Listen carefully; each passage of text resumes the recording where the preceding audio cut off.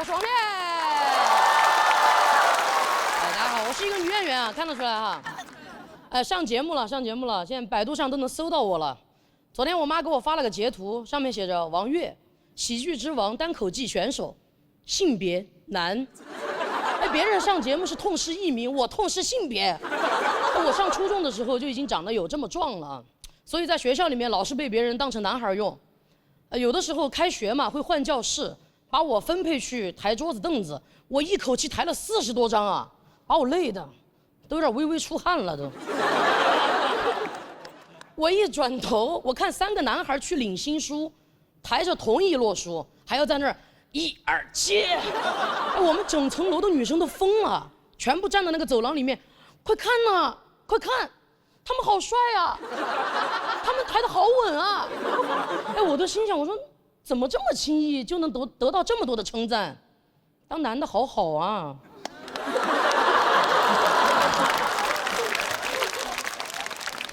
别人讲这个可能有点阴阳怪气了，但我是真羡慕啊。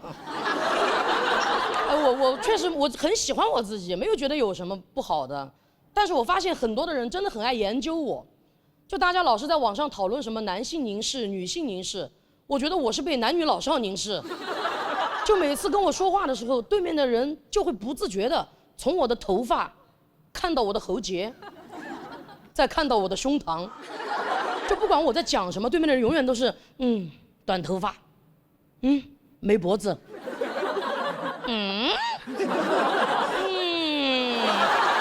而且我每次还要站在那儿等他们研究完我才能走，你知道吗？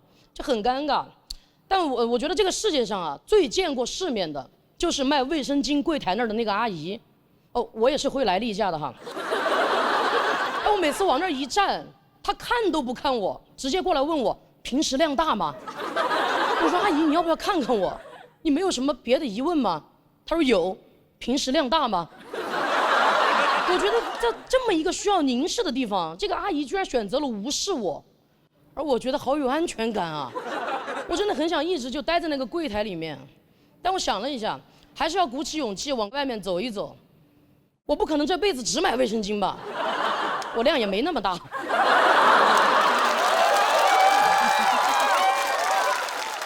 超市那么大，我想去看看。而且很多人都说小朋友3岁看到老，我3岁你们能看到吗？我妈都看不到。我妈在我3、4岁的时候给我订了一门娃娃亲，就是我们隔壁家的男孩啊，20多年了，我们2家人就各自搬迁，再也没有见过面。前段时间他们一家人突然就去成都旅游了，突然就去我们家拜访了，这个事情对我们双方来说都挺突然的。我是最后一个知道这个事情的。我下班回去的路上接到我妈急匆匆的电话，她说你下班了吗？赶紧出去躲一躲，千万别回来。我说怎么了？她说大3天一家人来了。就是男主，他比我早出生3天啊。我们邻居都管他叫大3天，管我叫小3天。这就是最早的情侣 ID。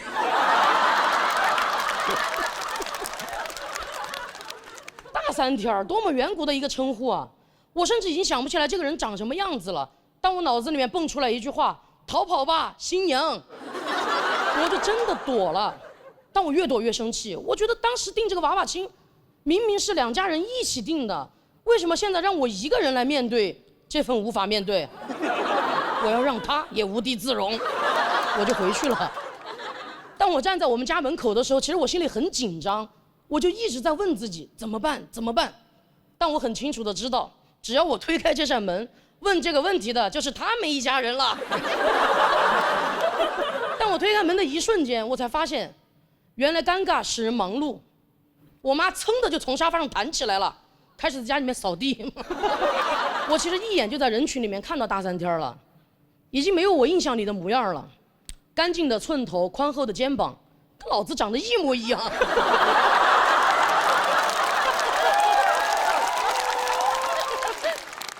怎么还长出夫妻相了呢？是吧？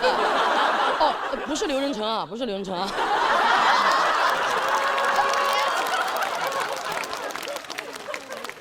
我们俩四目相对，他也很尴尬。他说：“我说，我一转头，我妈扫到厨房里去了。大餐厅的爸爸也很尴尬，还是我先开口打的招呼，我说叔叔阿姨好。他爸爸在那儿听这个，好。我们这次来呀，主要是来旅游的。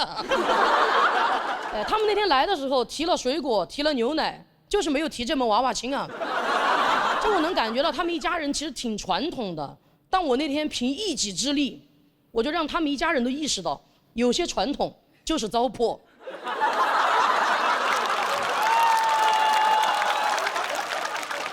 但话说回来，他们一家人走了过后，其实我心里还是有点难受的。我就去问我妈妈，我说你为什么下意识的就会让我躲起来？我是什么见不得人的东西吗？是？你在家里面扫的都有静电了，我们俩头发在那儿立着。但我妈给我的回答其实挺戳我的。她说我虽然不想你伤害到别人，但是我更不想别人伤害到你。哦，那一下我就觉得，原来卖卫生巾的阿姨她通过看不见来尊重我，我妈妈通过躲起来来保护我，但是我更喜欢站在舞台上让大家看见我。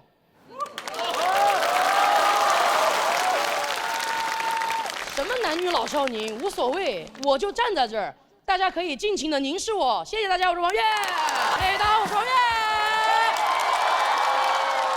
朋友们见面了，真的。去年我上完节目过后，应该很多朋友认识我了吧？有认识的吗？有吗？认识。去年确实一整年，我也在线下巡演我自己的专场，也演了很多场。说实话，这个工作越来越忙，我现在身体跟不上了，我痛经。我也是会来月经的啊，真的，我把你们当自己人才说的。其实我每次来月经，我从第一天我就开始痛，那种痛可能很多男生不太能懂哈，就是你上学的时候，几个人端着你的腿去撞树，这连撞7天啊。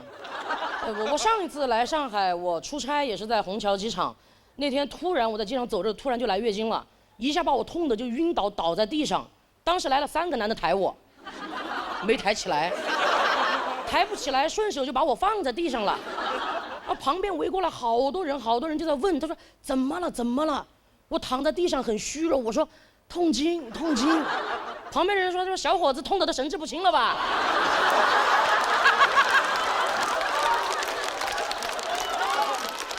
我又补了一句，我说女的。旁边人说都什么时候了，怎么还在想女的？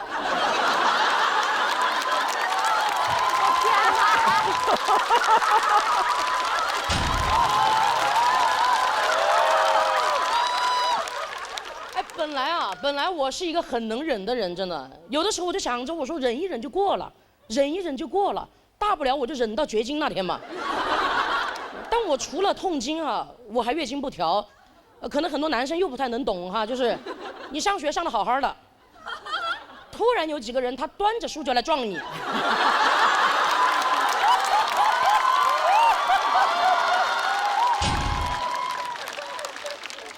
我的月经就是这个样子，真的。来的时候也不说一声，到点儿了他又不走，在的时候我浑身都不舒服。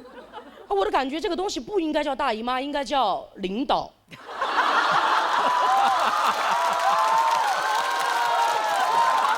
你们应该都有领导吧？大家都有领导哈。有的时候是不是也坐在位置上在那想说忍一忍就过了，大不了我就忍到退休那天嘛。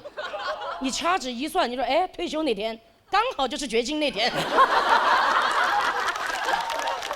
而且我觉得世界上最幸福的女人就是那些退了休又绝了经的女人。但现在应该没有这样的女人了哈。现在虽然绝经提前了，但是退休延后了啊。这个月经不调，我不知道你们谁不调哈，我要调。我还是找了一些小诊所去看的，前后起码找了8个医生给我调，调完了他们说我月经不调。有的时候把那个医生都调烦了，给我抓了药，他开始这个药也来点，那个药也来点，到最后他都问我，他说这个你来点不来点？我说我是来医院抓药的，我又不是在食堂打饭的，我真的。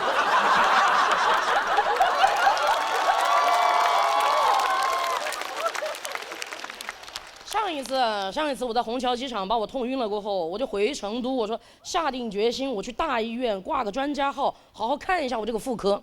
那天我老早就去了，一到诊室，医生问了一些基本问题，他就给我提了个要求，他说你能不能把你衣服撩起来，我检查一下你的胸。我怎么好意思嘛，我胸又长得不好看。我虽然没有身材，但是我有身材焦虑哈。它长得像一个八字。好了，你们也不要盯着看了。而且那段时间本来就因为月经不调，我的八字还挺硬的。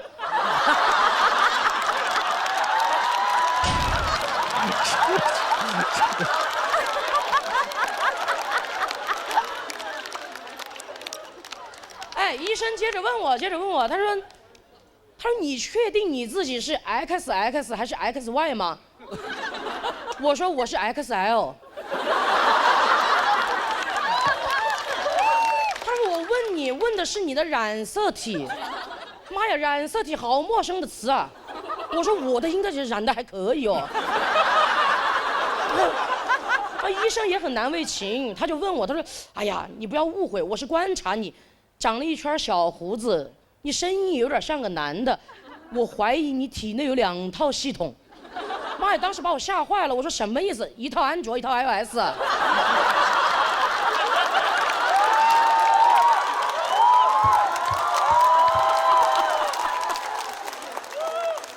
而且本来上医院想检查一下月经来不来的事儿，那天变成月经该不该来的事儿呢。我当时月经一下就不痛了，我头有点痛了，你知道吧？然后医生就让我赶紧去做一个全面的妇科检查，我就去了。说实话，做检查的过程当中，我心里还是很纠结的。我都在想，要是我检查出来我体内真的有男性系统，我怎么办？我的朋友们怎么面对我？我出走半生，归来竟是少年。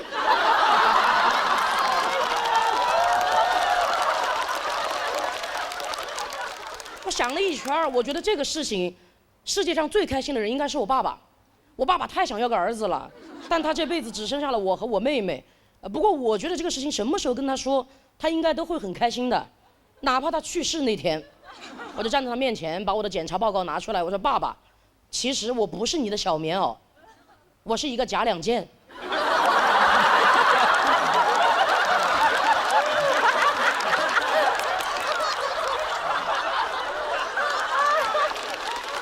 爸爸绝对躺在床上在那儿瞑目啦。等一下，顺便把你妹妹送去再检查一下。爸爸能等。但我这个检查很快就做完了，我赶紧拿着报告单回到医生的诊室，一路我都很紧张，我也需要一个结果，我就站在门口悄悄问医生女儿女不女，很像站在产房门口，真的，别的话都别说了，就告诉我是男孩还是女孩吧。医生说：“恭喜啊，女孩，全女孩，158斤的大胖丫头。”朋友们，我活了快30岁了，真的。那天我才感觉自己是一个被官方认证的女人，你知道？这个段子你们也别闲着，播出那天你们就给我把消息往外散哈。逢人就说王月纯女的啊。那赶紧给我看看我月经不调的事儿吧。医生给我总结了一下，看了你的报告单啊，我们就发现其实是因为你体内雄性激素过旺。说白了，有点超雄，你知道吗？你雌性激素太少了。不过你这个情况没问题呢，你慢慢的找个男的，生个孩子，激素就稳定了。我说激素稳定有什么用？老子人生都不稳定了。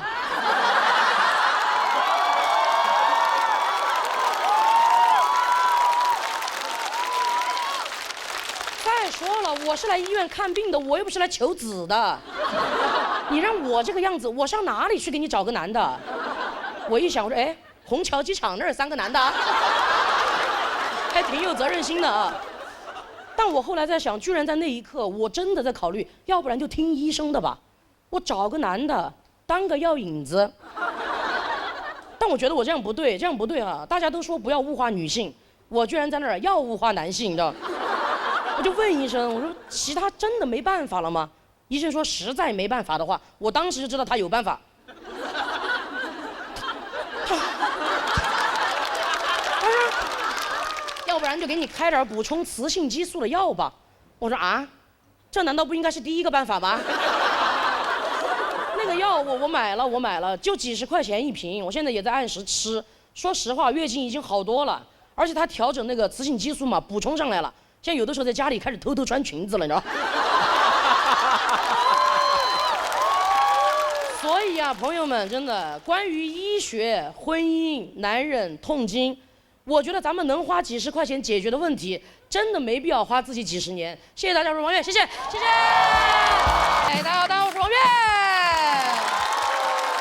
哎，没想到吧，一个女演员后面接了一个看起来不像女演员的女演员哈。我小的时候是一个留守儿童啊。你看我每次讲到这儿，没有一个人信。有的人问我，他说是把你留在食堂里面了吗？是。我小的时候是我奶奶一个人带大的，我奶奶又是一个特别要强的女人。小的时候教育我说的最多的话就是“她强任她强，你必须比她强”。我小的时候没有这么胖，其实挺瘦的，但我奶奶就觉得太瘦了，你出去容易被人欺负，她就带着我去一个中医那儿买一种开胃的药丸。医生说吃半斤就够了，我奶奶太要强了，她说不行，她至少都要吃3斤。我说奶奶，我吃不下3斤。她说哎，这个药丸不是开胃的吗？咱们先吃半斤，你开胃，那2斤半不是就吃下去了？我后面就越吃越胖，越吃越胖。我奶奶都着急了，跑到那个中医那儿去问，她说你这儿有没有什么其他的药丸，把它给我整回去。而且我小的时候不仅发胖啊，脾气也挺急躁的，有的时候晚上写作业，写着把那个作业本全部划烂。我奶奶为了纠正我，让我变得更平静，就在我们家的客厅上贴了一句名人名言，就是急躁引起高血压、心脏病，损伤脑神经，发疯发癫，横杠刘世清。你们也不认识这个人吧？这是我奶奶的名字。而且他要求我每天起床过后在客厅里面大声朗读20遍这句话。我前面其实读的挺平静的，我在那儿急躁引起高血压、心脏病，读到15遍过后，我越读越急躁。我在客厅里面急躁，我奶奶在旁边，对了，平静。有的时候你喊完吧，你不仅有点高血压了，你甚至有点低血糖了，你知道吧？而且我奶奶那个时候就从我幼儿园啊，她就觉得一个强者就应该多才多艺，她让我去学小提琴。我那个时候年龄太小了，手又比较短，捏不到前面那个琴弦。每天早上我奶奶负责帮我把琴头提起来，我就用我的下巴和锁骨夹住琴，然后拉琴。那会儿还有锁骨啊。我一度以为小提琴就是别人负责小提，我负责琴。就到了1年级啊，他让我去学民族舞，因为有一天啊，他给我洗澡，他发现我屁股还挺翘的，腰就一定好，这2个事情根本就没有关系。而且最开始老师是不想收我的，我奶奶带着我去拜访了3次，每次去的路上就给我打招呼，她说你一会儿到了，你就给老师哭，你就说跳舞是你的梦想。我到了第3次，我真的哭不出来了，我奶奶哭了，她说其实跳舞是我们2个人的梦想。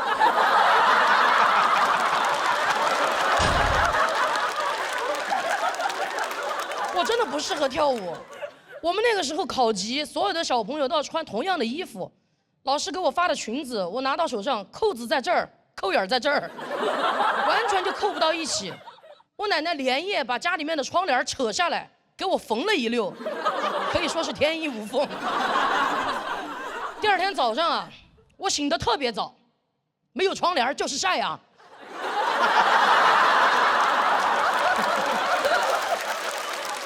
考级当天，我真的穿着那个裙子，我大气都不敢出，你知道吗？我就怕我跳着，突然那个裙子就崩开了。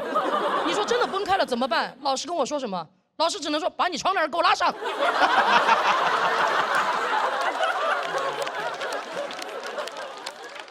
后来考过8级过后啊，我实在就考不上去了，因为越来越发胖嘛，就这个样子了。我奶奶还是要坚持鼓励我跳舞，每天早上6点钟就让我起来练习下腰。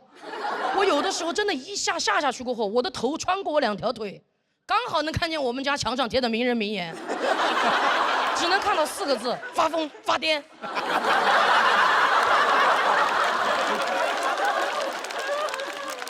我们班的小朋友都围过来看，快来看，王悦下的这个腰啊，像不像我们小学课本里面学的赵州桥？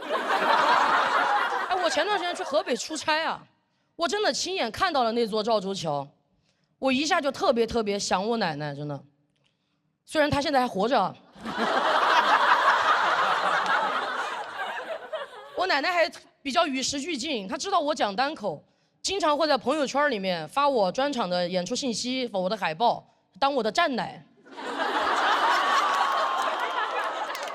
知道我今天要来上海参加比赛，一大早给我打了个电话，他说你就好好的去比赛，安安心心的，奶奶哪怕在天上都会保佑你的。我说奶奶你在说什么呀？他说其实奶奶买了早上最早的一班飞机，来你的现场给你加油。所以今天你们也不用找了，他不在。他不知道要提前报名回去了。我刚才看了时间点啊，这个时间他刚好又在天上保佑我啦，谢谢大家。哎，大家好，我是王悦。哎，大家好，我是个女演员啊，看得出来吗？大家？谢谢。我也是个中专生啊，是。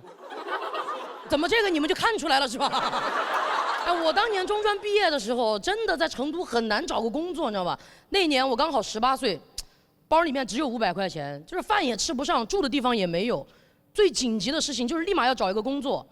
我刚好那天走到路上，有个人就来拍我的肩膀，他说：“嘿，帅哥，你找不找工作？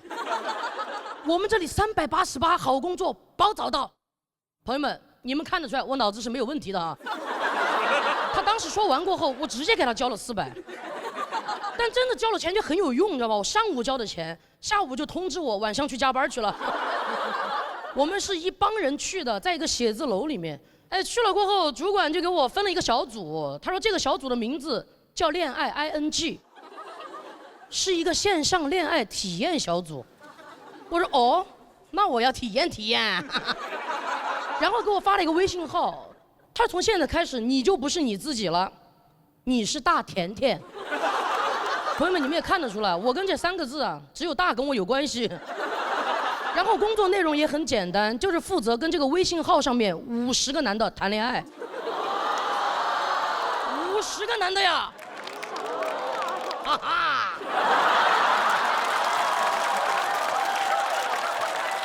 我当时脑子里面只有2个字：show time。非诚勿扰一期才24个，我等于去非诚勿扰上面一站到底了，你知道吗？但是我那个时候虽然文化不高啊，但我也觉得这个事情有点没对。你们想嘛，这种行为你放在古代，那都是要进猪笼的。那我们主管跟我说，哎，我们这个工作包吃包住啊。我一想，我不进猪笼，谁进猪笼？我就开始上班了。其实很简单，只需要跟这个微信上面不同年龄、不同性格的男的聊天就可以了。我早上去了，到公司一打完卡，坐到电脑面前，我就开始复制粘贴。哥哥早上好，哥哥早上好，叔叔早上好，阿公早上好。日复一日，哥哥早上好，哥哥早上好，叔叔早上好，阿公不在了。我那段时间甚至啊，我都已经掌握了如何跟男人相处。很简单，就是不管他们干什么，你只要夸他就可以了。哎，我有个哥哥特别爱给我发自拍啊，简单来说就是他自己的躯干。发完了过后，他还给我附上一行字，他说怎么样，帅吧？虾系男友。我都要回他，我说哥哥好帅啊，哥哥好生动啊，给你拍照的该不会是齐白石吧？但那段时间上班上的，我都有点分不清我自己到底是我自己还是大甜甜了。怎么说？就早上啊挤地铁去公司的路上，要是有男的碰我一下，我都在想，男人碰到我，你跑不掉啦。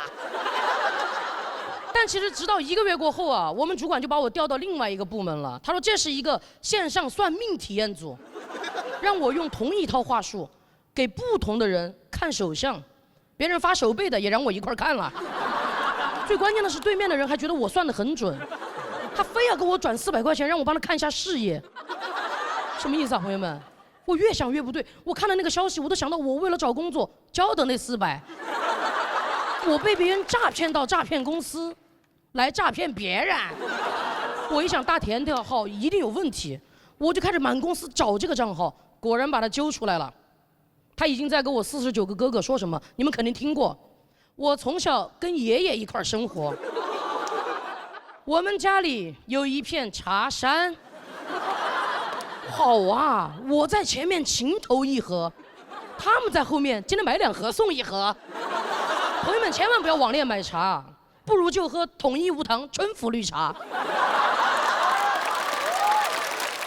恋爱应该微微发酵，喝茶应该缓缓生香，不是每一种茶都是这样的好茶。我转头一想，我的哥哥们，危险危险危险！不行，我的男人我来守护。我就开始尝试给他们所有的人解释这是一个骗局，但没有人相信我。我说那你们可以不信我，你们应该不会不信命吧？我决定用诈骗打败诈骗，老子直接用张大师的号加他们所有人，我就给他们看手相，凡是发了图过来的，我就会回他，我说看了您的感情线，最近情路坎坷吧，小心人财两空啊，尽快远离身边名字里面带叠词的，尤其是以 ABB 格式出现的女人。那边回我，大师说的该不会是高圆圆吧？但好在他们一边在删大甜甜的微信啊，我也就准备离开这个公司了。我走之前，我又做了最后一个事儿，我用张大师的号发了一条朋友圈，我说朋友们，我要去结婚去了，下面配了一张大甜甜的图片，我要让我的所有哥哥们彻底死心。这也是我自己的一个真实经历啊，就今天也分享给大家。我自己总结了一下，谨防网上诈骗，一定小心网恋。如果非要网恋，想想我是甜甜。来，谢谢大家，谢谢大家，谢谢。哎，大家好，我是老岳。哎，我是一个来自成都的女演员啊，美不美？谢谢谢谢。其实我在生活里面有很多困扰啊，在我们那边，在路上遇到人打招呼，一般就会叫帅哥或者美女。我长成这个样子，每次路上不管别人叫啥，我总会下意识的回头，我说爷，都在叫我。那后来就有观众说啊，他说哎，我其实觉得怎么叫你都不合适，最合适的就是叫你一声老师。我说哦，你该不会是想尊重我吧？但我第一次在台上听到的时候还是很开心。我说哦，什么老师啊？他说韩红老师。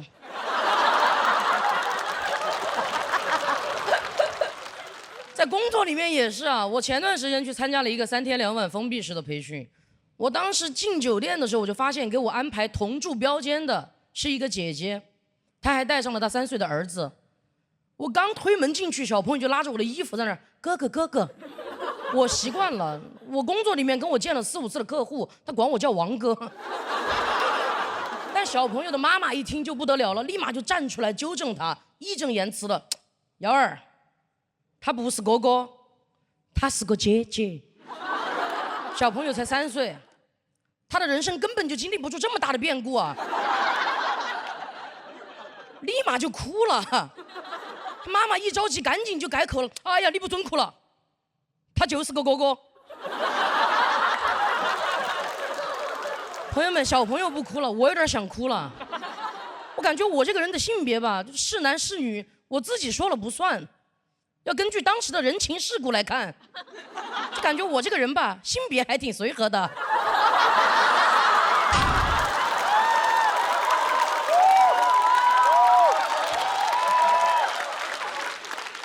这个事情到了晚上，他的爸爸给他的妈妈开视频。朋友们，那个拥挤的房间里面，我紧张的大气都不敢出，你知道吗？那边就在问瑶儿好不好耍？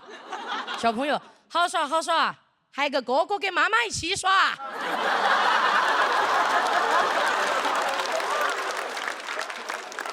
小朋友说完过后，电话那头跟电话这头都沉默了。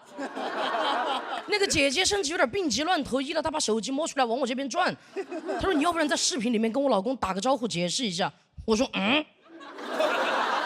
会不会更说不清了？”但其实她把手机往我这边转的时候，我已经就是把声音调整成夹子音了。没想到视频一转过来，那边说：“哎呀，是你呀，王哥。”